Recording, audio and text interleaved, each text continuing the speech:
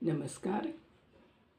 सुंदर विचारांची संकल्पना यामध्ये आज आपण पाहणार आहोत घरच्या घरी गंगापूजन कसे करावे. तर घरच्या घरी गंगापूजन करण्याचा विधी आहे. प्रथम सर्व स्वामी भक्तांना आजचा दिवस आनंदात जावो ही स्वामीचरणी प्रार्थना. प्रथम आपण गंगापूजनसाठी एक चौरंगावर वस्त्र अंथरून घ्यावे आणि त्यानंतर चौरंगावर तांदूळाची रास घालावी. त्यानंतर एक स्वच्छ तांब्याचा कलश घ्यावा. त्याच्यावर आपण काशीहून आणलेल्या गंगेचं पाणी त्यात घालावी आणि त्यानंतर 5 विडे मांडावेत.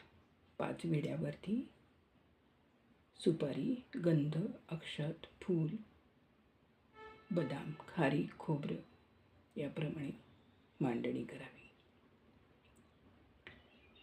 आणि त्यानंतर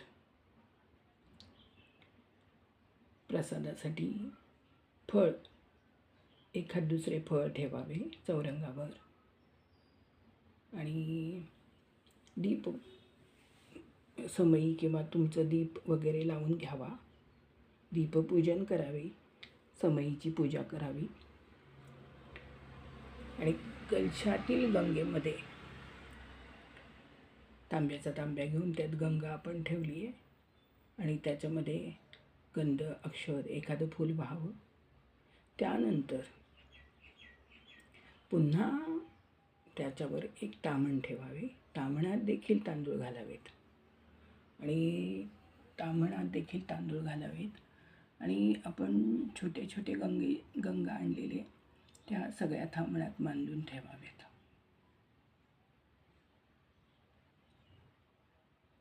गूळ, खोबरे आणि अशा प्रकारे मांडणी करून झाल्यानंतर आपण पूजेला सुरुवात करावी. पूजेला सुरुवात करताना प्रथम आचमन करून घ्यावे आणि देवांना प्रार्थना करावी, गंगेला प्रार्थना करावी की मी हे गंगापूजन माझ्या यथाशक्तीप्रमाणे करत आहे आणि त्याचा स्वीकार करावा असा संकल्प सोडून पूजेला सुरुवात करावी. त्याच्यानंतर आपण गणपती म्हणून एक सुपारी घ्यावी ताम्हणात आणि सुपारीला अभिषेक करावा. गणपतीची नावे घेऊन सुपारीला अभिषेक करावा आणि ती सुपारी तांदूळाच्या राशेवर सुपारी गणपतीच्या नावाने सुपारीची प्रस्थापना करावी.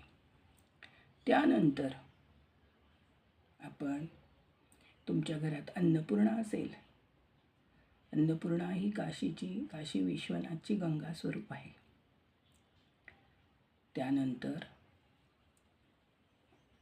ताम्हणात अन्नपूर्णा देवी घेऊन तिला पूर्ण अभिषेक करावा आणि गंगा स्वरूपाने ती देवी आपल्या जो तांब्याचा तांब्या ज्यात गंगा आहे भरलेली आहे आणि त्याच्यानंतर ताम्हण ठेवलेलं आहे त्यात तिची स्थापना करावी. देवीला गंध, अक्षत, फूल, माळ, वस्त्र व्हावेत. त्यानंतर संपूर्ण गंगेला तुम्ही एखादी ब्लाऊज पीस किंवा साडी अर्पण करू शकता, पांघरू शकता. त्यानंतर सर्व विड्याभोवती विडा दक्षिणा ठेवून विड्याभोवती पाणी फिरवणे, फळांवरती पाणी फिरवणे.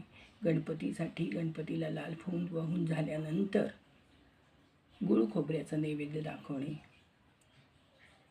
आणि गंगेला पण फूल, अक्षत, गंध वाहणे आणि त्यानंतर नैवेद्य तुम्हाला जो पंचामृताचं नैवेद्य असेल किंवा घरातील जेवणाचं नैवेद्य असेल तो दाखवावा. अशा प्रकारे संपूर्ण गंगापूजन करावे आणि यथाशक्तीप्रमाणे देवीची ओटी भरावी. देवीला व्हाव्यात. देवीला सौभाग्याचे मंगळसूत्र किंवा जे काही सौभाग्याचे दागिने असतील ते व्हावेत देवीला. आणि नंतर देवीची ओटी भरावी. आणि अशा प्रकारे गंगेची ओटी भरून झाल्यानंतर यथाशक्ती नैवेद्य दाखवावा.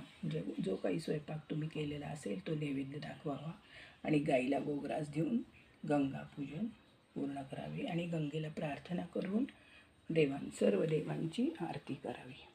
अशा प्रकारे घरच्या घरी गंगापूजन मांडणी आणि सोप्या पद्धतीनं गंगेची पूजा करावी आणि धूप दीप ओवाळून गंगेला प्रार्थना करावी की मी यथाशक्ती गंगापूजन करीत आहे आणि त्याचा देवीने स्वीकार करावा अशी प्रार्थना करावी. श्री स्वामी समर्थ. जय जय स्वामी समर्थ. श्री स्वामी समर्थ. हर हर गंगे म्हणून गंगेला प्रार्थना करावी. हर हर गंगे, हर हर गंगे, काशी विश्वनाथ की जय असे म्हणून गंगेची पूजा आणि आरती करावी. श्री स्वामी समर्थ. जय जय स्वामी.